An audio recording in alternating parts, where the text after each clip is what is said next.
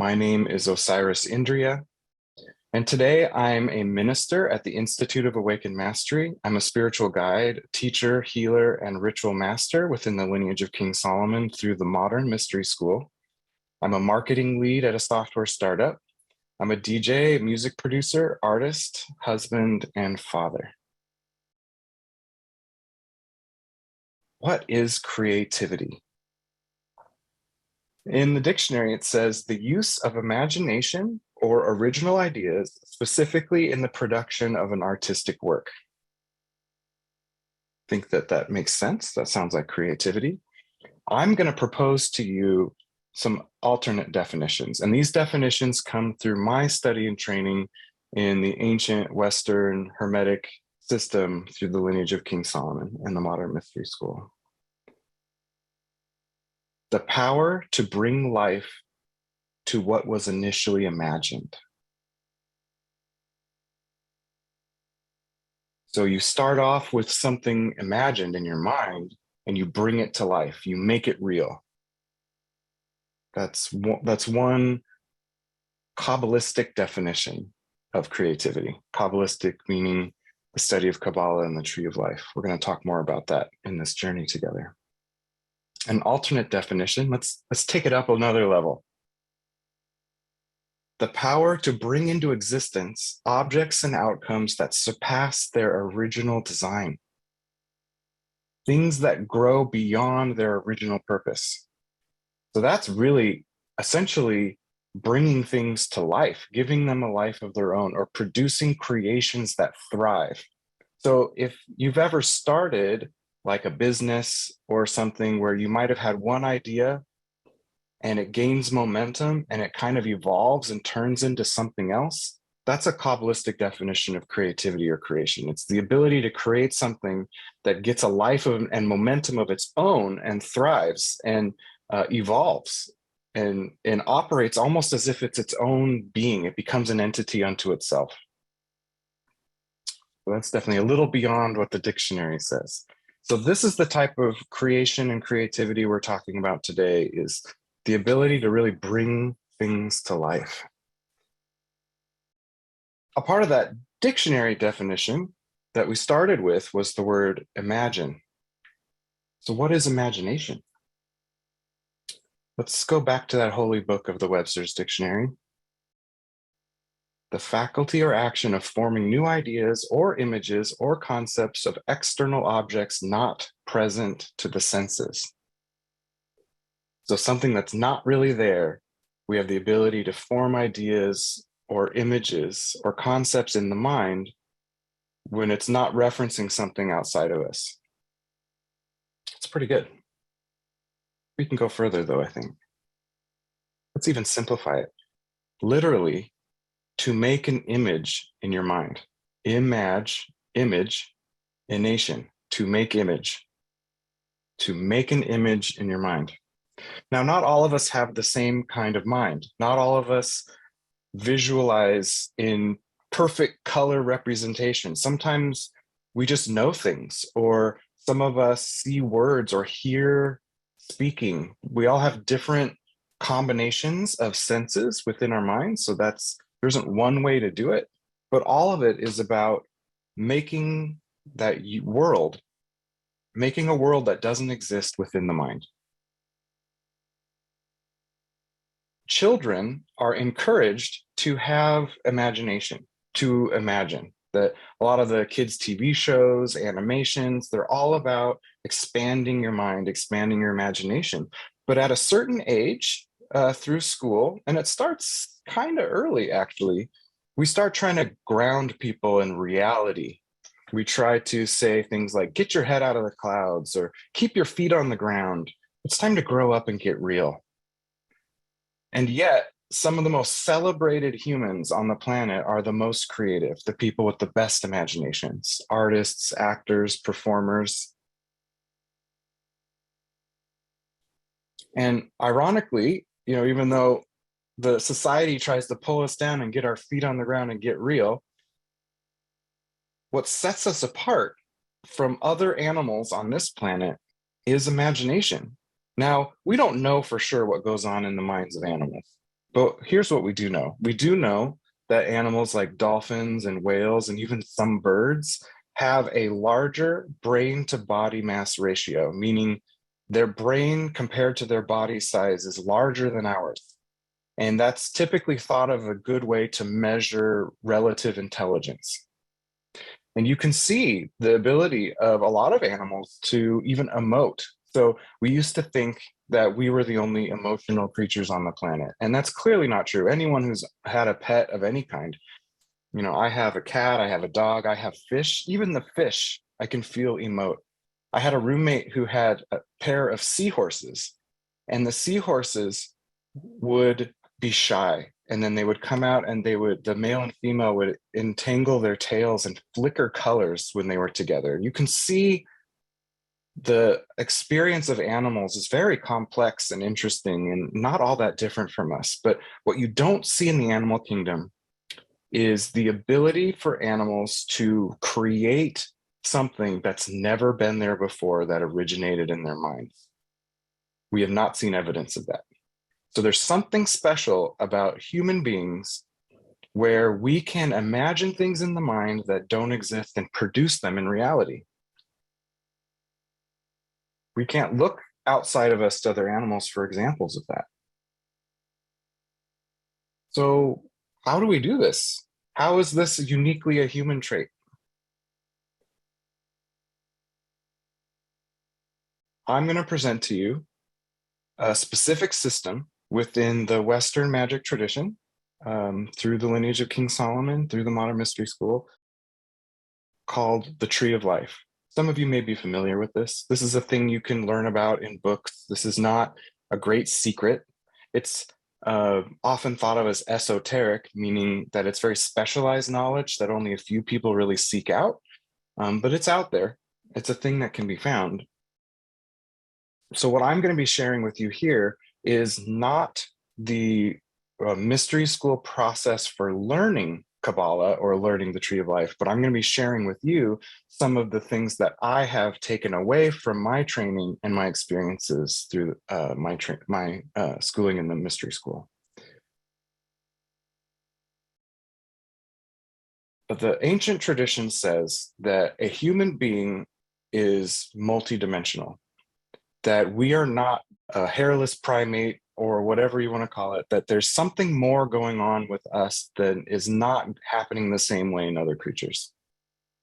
And we have a map to describe this whole process that's called the Tree of Life. This is one representation of it. There are others. So I'm not saying this is the right way. I'm saying this is a way. This is a way that I have found to be extremely useful to look at this. And you can think of it as a spectrum. In this spectrum, the top of this glyph, the Tree of Life, is the unmanifest or the possible, the things that have not existed before. And at the bottom is the manifest or the actual, what is already reality. Things that are very hard to change because they've already happened. They're already here. The things that are right here, right now. Humans have the ability to span across this entire spectrum. We also span between low vibration, which is the matter, energy, the electromagnetic spectrum, what physical science, physics, even quantum physics all describes, which is at the very bottom of the spectrum, all the way up to high vibration or spirit, or what we call light, which is an existence that's beyond anything physically measurable. So a lot of people would say, oh, now you're getting into belief or you're getting into abstracts. But the mystery school tradition has actually used many ways that look very similar to the scientific method to test the existence of the spectrum. But the difference here is that you can't look outside of you in the physical world for manifestations of non-physical things. So we have to look within, because being this tree, this whole system that spans what actually is and physical all the way to what could be and that higher vibrational state, we have to use us as the testing tool, as the sense, the measuring stick for how these things affect each other. That vertical space that I was just describing happens within a human being, not within this body, but within the full capacities of my mind, my soul, my spirit. So the parts of us that aren't, again, physically measurable, but exist, that we interact with, that gives us access to that imagination. And everything outside of us is what I call the horizontal world. Everything beyond us that's outside of us. So those are all of our relationships with other people. That's all of the stuff in the space that we're in. Everything outside of us that we have limited influence and control over, that is all happening around us, but does influence us because it exists in our environment. So when we're existing down at this lowest part of the spectrum, the manifest, the actual, we interact with this whole world of the horizontal. And it also connects with the past and the future. Everything that has already happened, everything that will happen.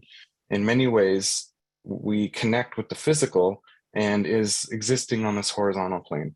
So the work of the modern mystery school and the ancient Kabbalists is to help us to rise above the physical and start experiencing and developing the ways that we exist higher up this vertical connection to our true spiritual and infinite nature.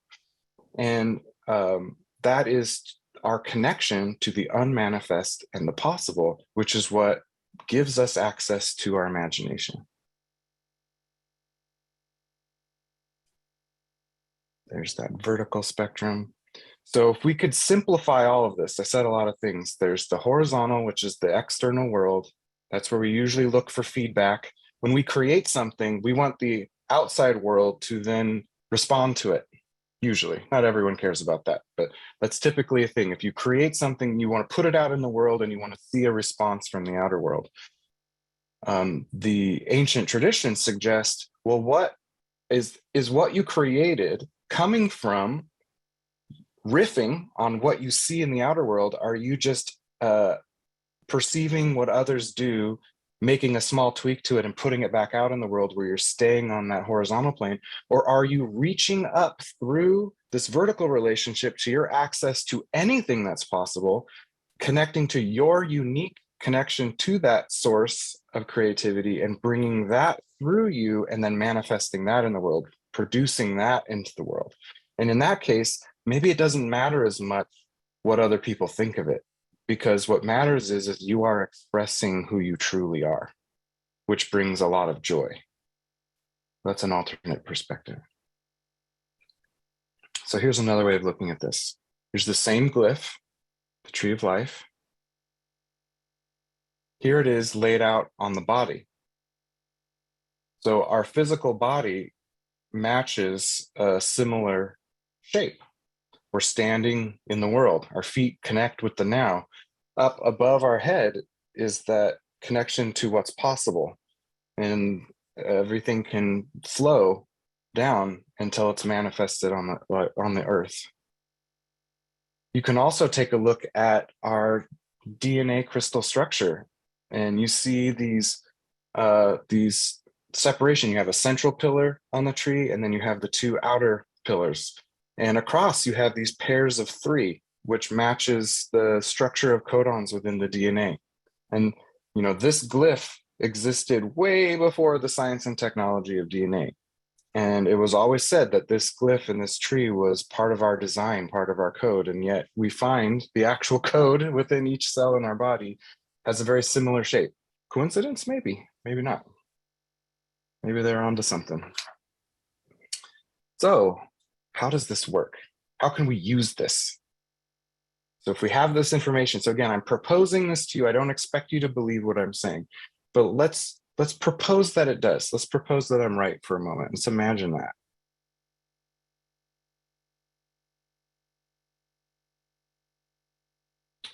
Kabbalah means that which is received.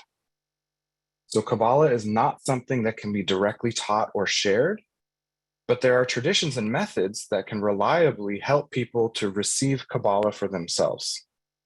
And that's the training that I have received, that I have pursued. That's a better way of saying it for myself. But I had to pursue that in the external world to get the tools I needed to receive it in my internal world.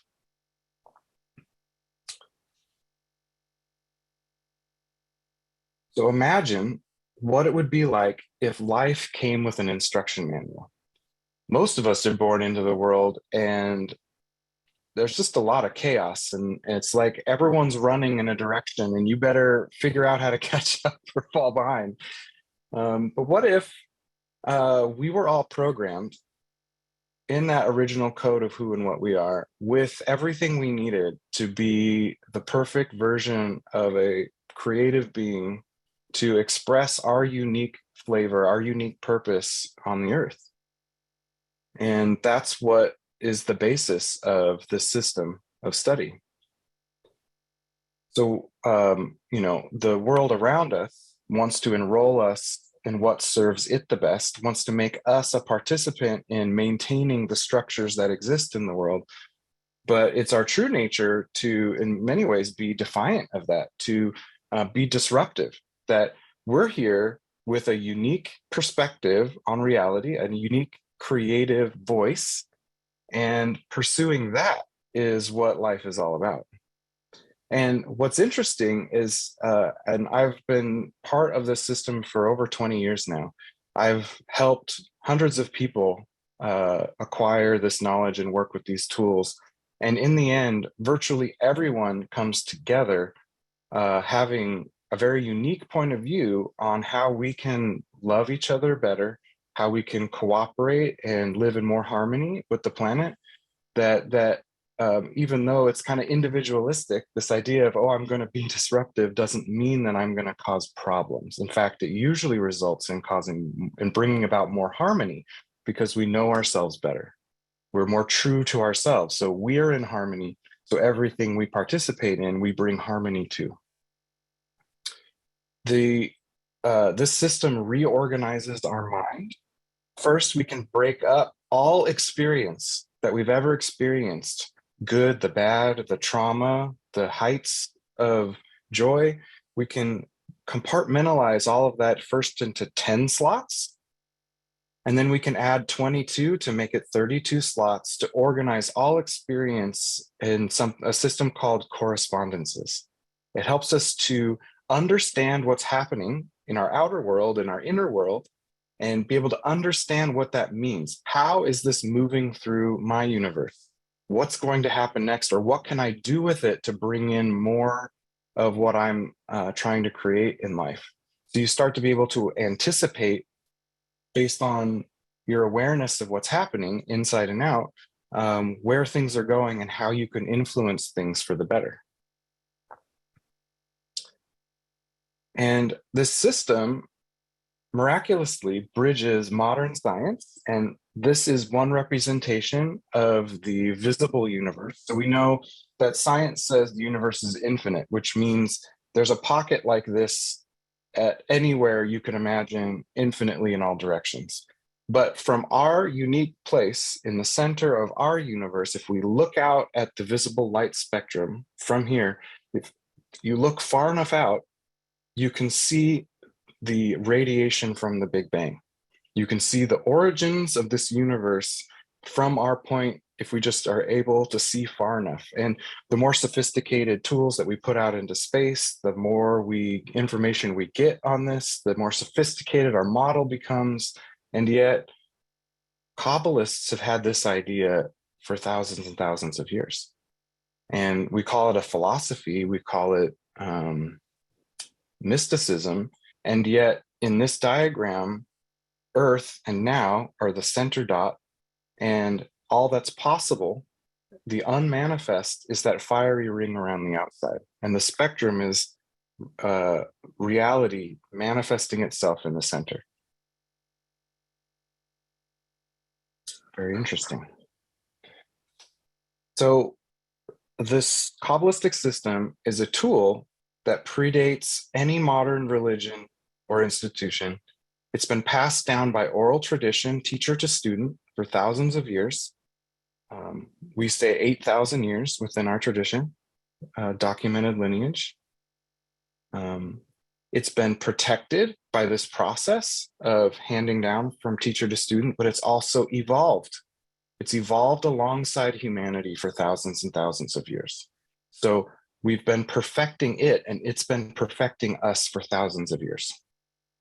It helps us to know our universe, but it also helps us to see through the obvious into the more subtle things. It helps us to be able to measure and know the unknowable. So here we have a great woodcut of a gentleman piercing the veil between where sky meets earth and seeing the machinery of the universe beyond. It's a great representation of what this system helps us to do. So if we could see beyond the obvious and we could see the machinery that everything is made from, it would help us a lot in our ability to be creative and ability to manifest. And the system specifically helps each of us to answer a few questions. One, who am I? What am I? Where did I come from? Where am I going? And what is my purpose? So just imagine for a moment, if you knew with some level of certainty an answer to each of these questions, if you knew who you were, what you were, where you came from, where you're going, and what your purpose is, the type of life that you would be leading. And maybe you already do.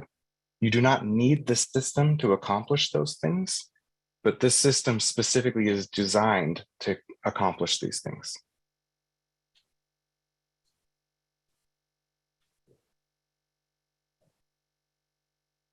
So imagine if we could reveal the truth of who we are, if we could let go of all of the masks and shells that we put around ourselves to protect ourselves, to fit into a universe that demands that we do things the way that others have been doing it in order to succeed. If we could let that go and we could take off all of our masks of personality, the ways that we've limited ourselves to fit into our family, into work, into whatever it is we're doing, to help us to become a more integrated self, where we're just one person in all the ways and places we exist.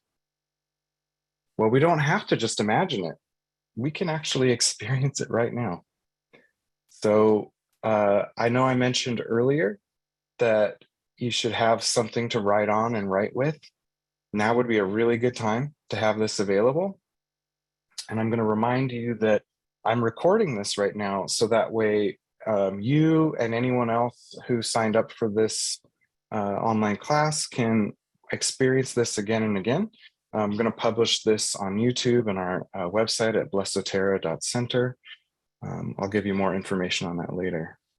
But for right now, we're going to start this process. So this is a visualization. I will invite you to close your eyes, to sit comfortably. I'm going to actually describe a way of sitting if you're able. If you're sitting in a chair, that's actually a great way to sit. Within this tradition, we typically sit in a chair. We sit upright with our spine straight, our feet flat on the floor, and with your hands resting upward, get that in the camera, in your lap. So you're open to receive, and have that book or pen or however you're going to record what you're receiving through this process, have that really close at hand so it's easy to grab without breaking your concentration. Okay. So first, I'd like you to think of something that you have wanted to achieve. This is probably the most important step, but I don't want you to get stuck here. So just pick anything, because again, you can come back to this later. It's being recorded. You can try it again with something else. But pick something important that you've wanted to achieve, but you have not yet been able to. Maybe you've tried many times and have not yet found success, but something, it's especially good if this thing, if you are able to accomplish it, it could completely change your life. That's what we're looking for. So think of something. What have you just deeply wanted to achieve in your life that you have not yet been able to achieve? And now, I hope that you have one. Turn this desire into a question. And it's best to ask the question in like a how do I kind of form. So how do I have success in blank? How do I take care of blank? Whatever it is, the thing that you want, how do I accomplish blank? Or what do I need to, what am I missing? Those kinds of things. You want to have a question and write this question down now. Make sure you write this question on your paper because you're going to need to use this question throughout the process. And once you've written your question, go ahead and close your eyes. There will be a visual on the screen, but I invite you to ignore it. Focus on yourself. Close your eyes. And we're going to breathe together 3 times in through our nose and out through our mouth. In through your nose and out through your mouth. Again, in through the nose and out through the mouth. I'm even covering up my camera so you're not going to be watching me. Focus inside, keeping your eyes closed, and continue breathing in through your nose and out through your mouth through the duration of this process.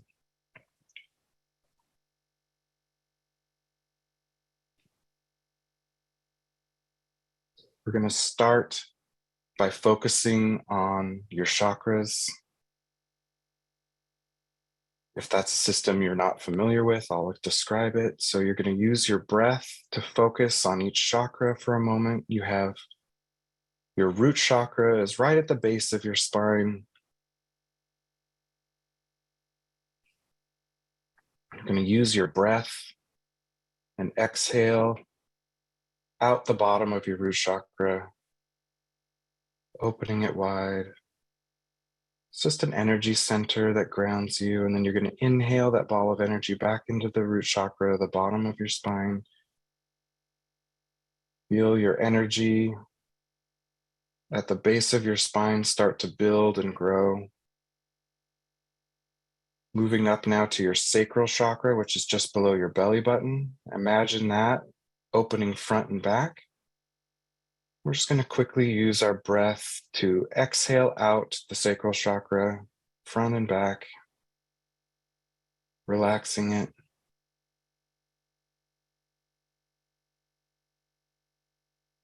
Bringing that focus up now to your solar plexus chakra, which is just below the front of your rib cage, below your sternum. Using your breath, exhale and open that. It opens front and back.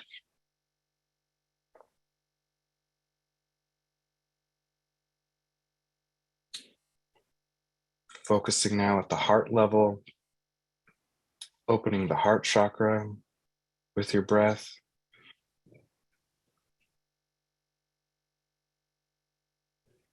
Front and back. Focusing up now on your throat chakra.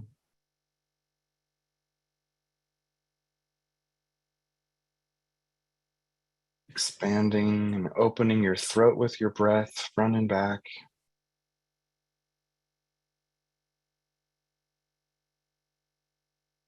Focusing up to your third eye. It's the center of your forehead. Using your breath to open it front and back.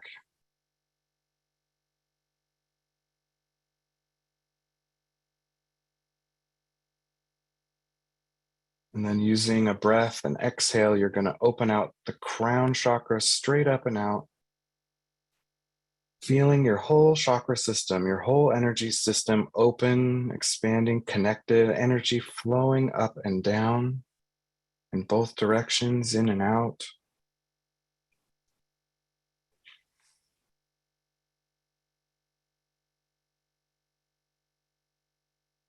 And as you feel this energy grow, imagine yourself expanding into a beautiful, warm, white light.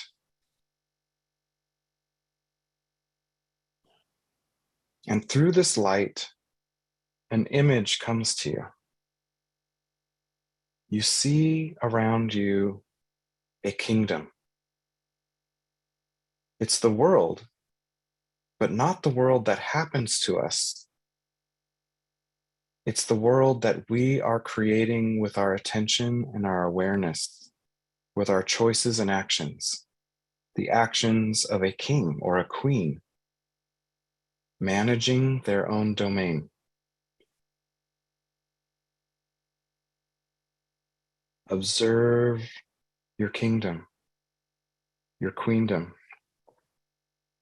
your domain. And feel that energy and responsibility, but also the joy of having everything in the right place at the right time, knowing how capable you are to handle anything that happens in your domain.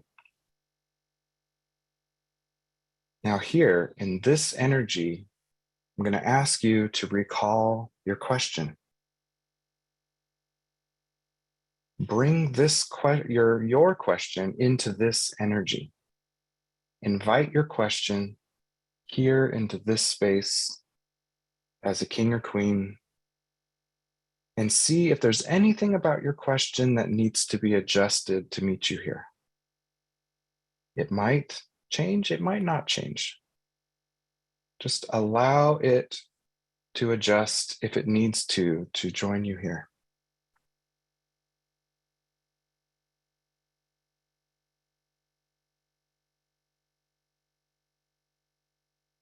And we are going to continue now. The image around us shifts. Instead of seeing this kingdom, your domain, you start to see the hidden patterns that make this reality. You start to see the foundational patterns that manifest or crystallize form.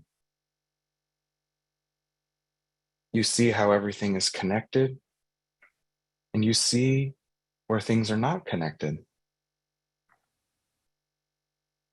And you begin to see and hear the language where all of this comes from. The definitions, the words that define reality. The splendor and glory of the faculties of the mind are enlivened,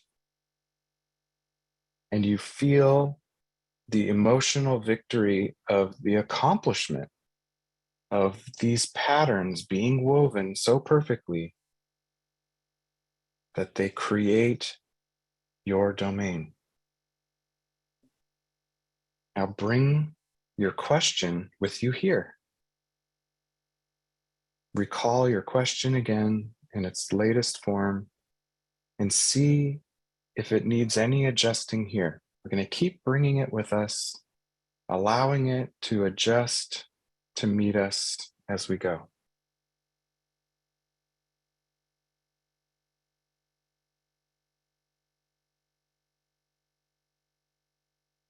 And our focus shifts one more time into beauty, the focal point of being.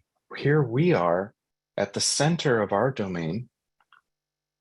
We become the balance. We embody the harmony that we are and that we create in our world. And we know that this beauty and harmony can only exist because we know where the boundaries are. We know where to place limits, and we also know where to eliminate limitations, to expand, to express freely, to outgrow old models that no longer serve. We can cut away things that don't belong, And we can also expand to embrace more of what we maybe have previously denied in order to bring that harmony into our world. In this state, recall your question. Bring your question into this state and see if it needs to change form to meet you here. Allow it to adjust if it needs to.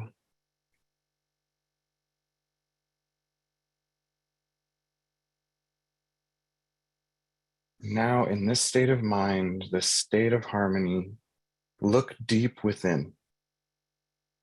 Deep within you, find a truth about yourself, something true and beautiful about the core of who you are and who you came here to be. This is self-knowledge from life experience. Find something true. It doesn't have to be words, it can be a feeling, but find this kernel of truth deep within you that is pure and truly you.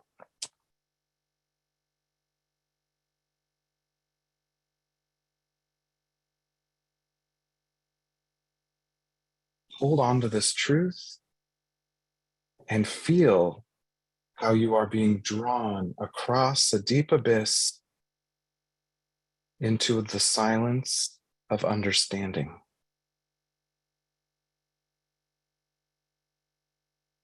And as we understand, we can transform this self-knowledge into wisdom. And as we do this, we can feel and see and experience beautiful light of divinity shining down upon us. The infinite, expansive possibility of spirit just beyond and above us, touching us.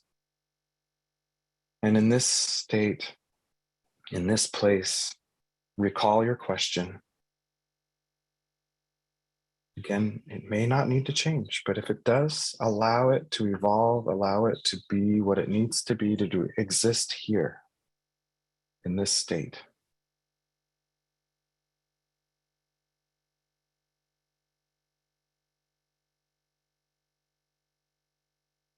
Keeping in mind this form of your question, in your imaginary state, take a humble position now. Humbly release your question and submit it into the higher mind of the divine. Release your question and allow it to rise to the essence of the universe. Release it and allow it to rise beyond what you know into the realm of possibility. And you watch as it ascends into the highest part of you, the infinite, that knows all things and lives in the experience of being all things.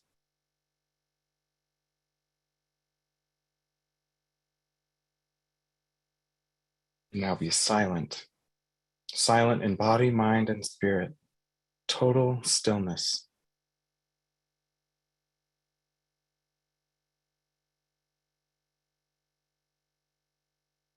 In this stillness, allow the answer of your question to come to you as energy, a sensation,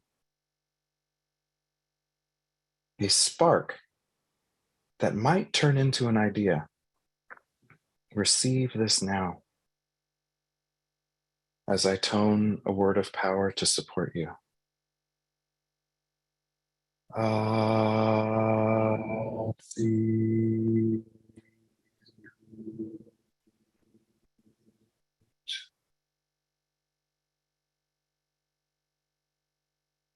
Now engage this energy spark that you've received with thought. Allow your mind to explore. Think about it. Let it form into thoughts and explore its potential. As you explore this, I will support you by toning another word of power. Breathe.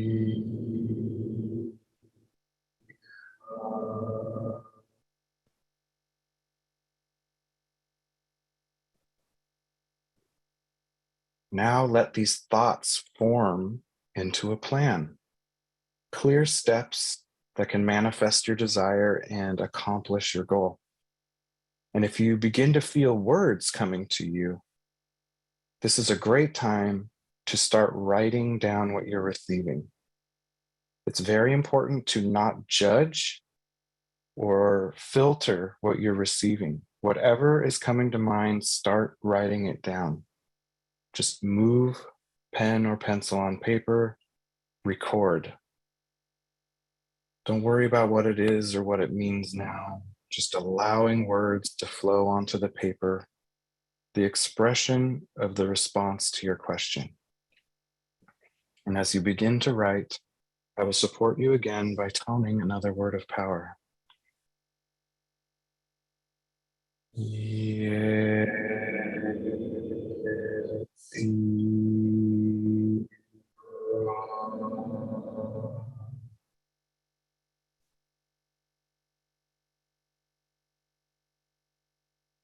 Now we descend further into the world of action and manifestation.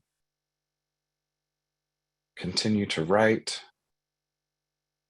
to ground what you're receiving in words, in pictures, whatever your pen and paper express. And I will tone the final word of power.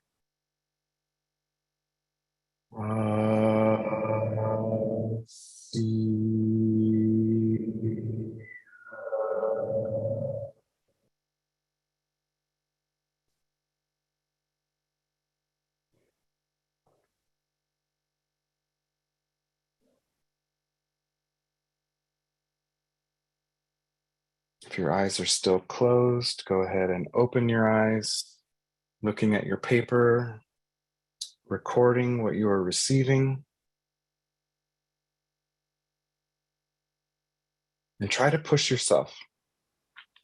I recommend trying to write down at least 10 statements. Even better, 22 statements.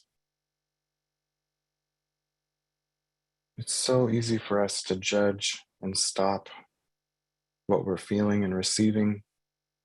We don't have to worry about that. Even if we feel like we're making this up, or because we are making this up. This is all about imagination. This is our imagination. You are making this up. Perfect. Now write it down.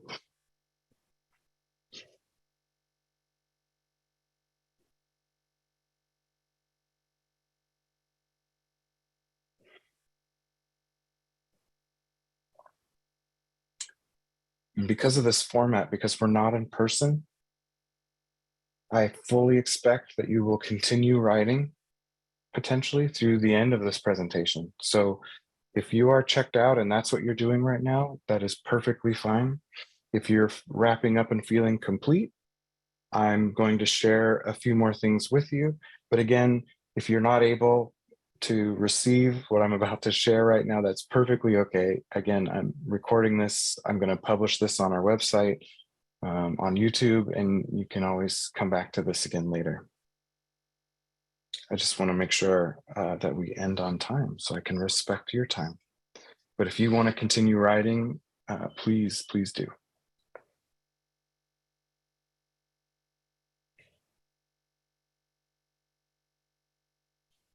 So where does this come from? I've mentioned this a bit before. This comes from the lineage of King Solomon.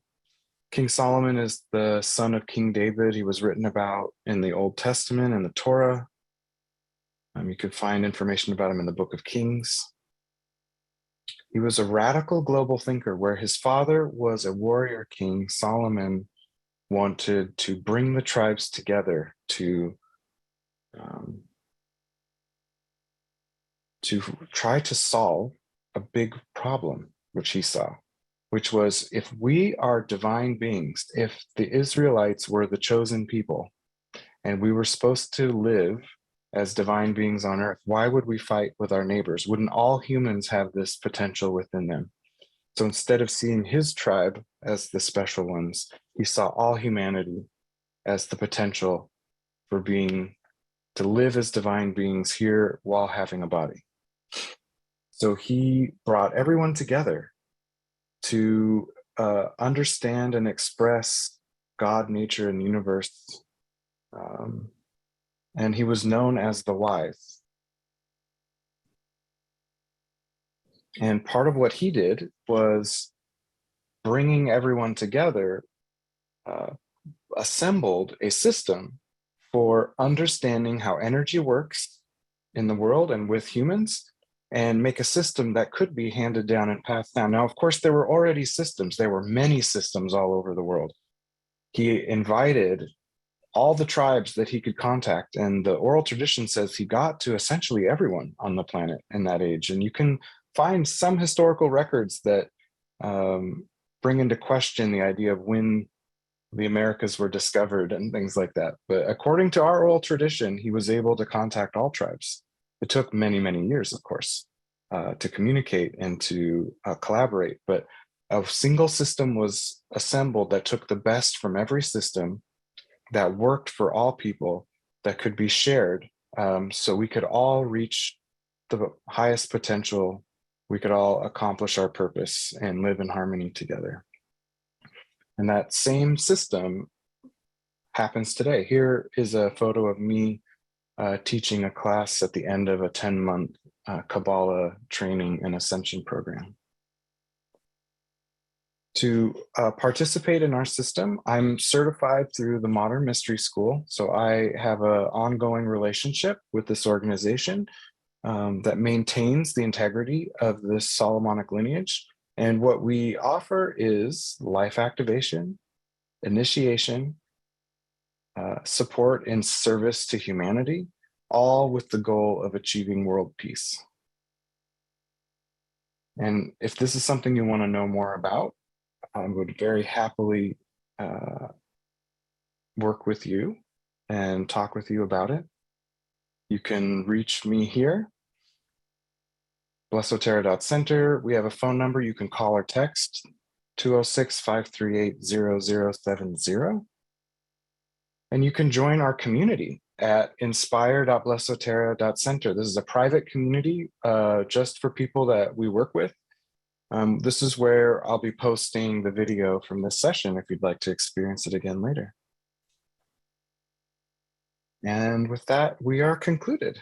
So I want to thank you all for choosing to be here, for taking the time to learn a new way of inspiring creativity. Have a wonderful day.